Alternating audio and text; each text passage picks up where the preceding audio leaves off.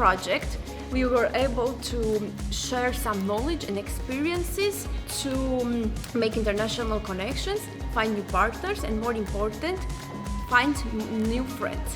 I'm so happy for this opportunity to work with such great people and personalities, but also the great professionals. I learned a lot.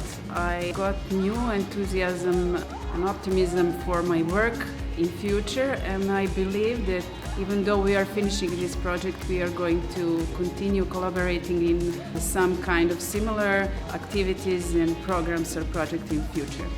I will always remember the sentences such as don't block and don't overthink and let yourself go, and you won't make a mistake, because in this kind of job there is no mistake. There is always new solution, new creativity and new idea.